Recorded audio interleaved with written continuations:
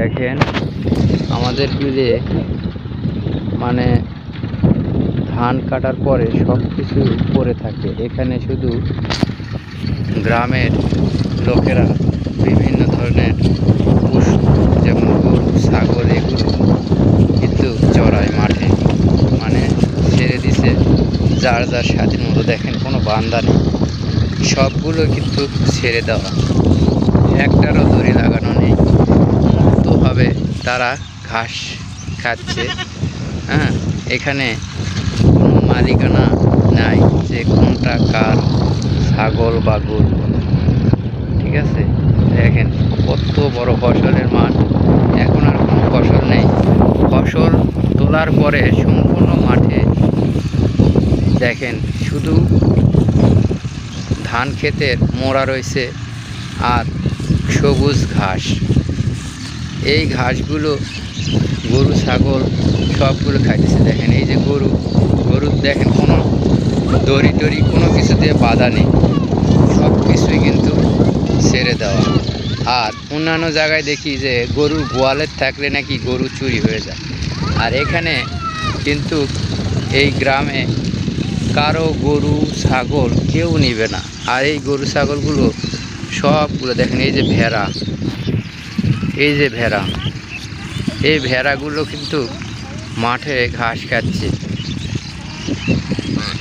এই দেখেন এই যে রাজহাঁস যা কিছু আছে তাদের মুক্তভাবে চলাফেরা করতেছে।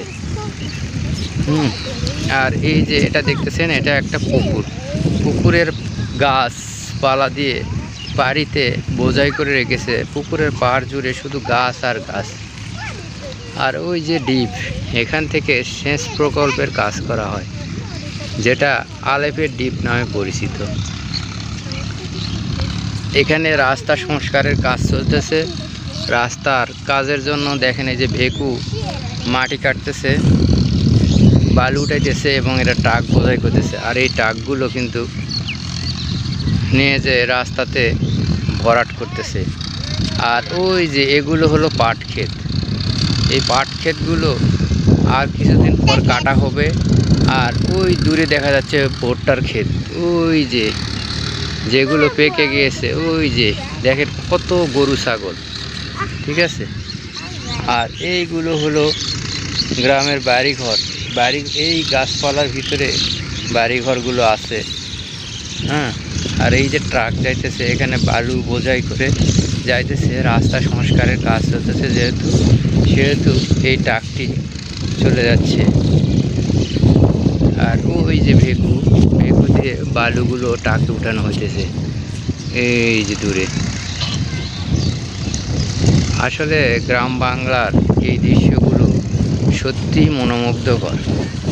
হ্যাঁ, এখানে মুক্ত বাতাসে চলাফেরা করলে আসলে খুবই ভালো লাগে।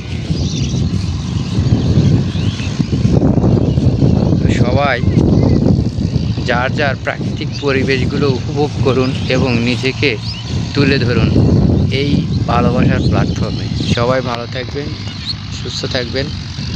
আল্লাহ হাফিজ।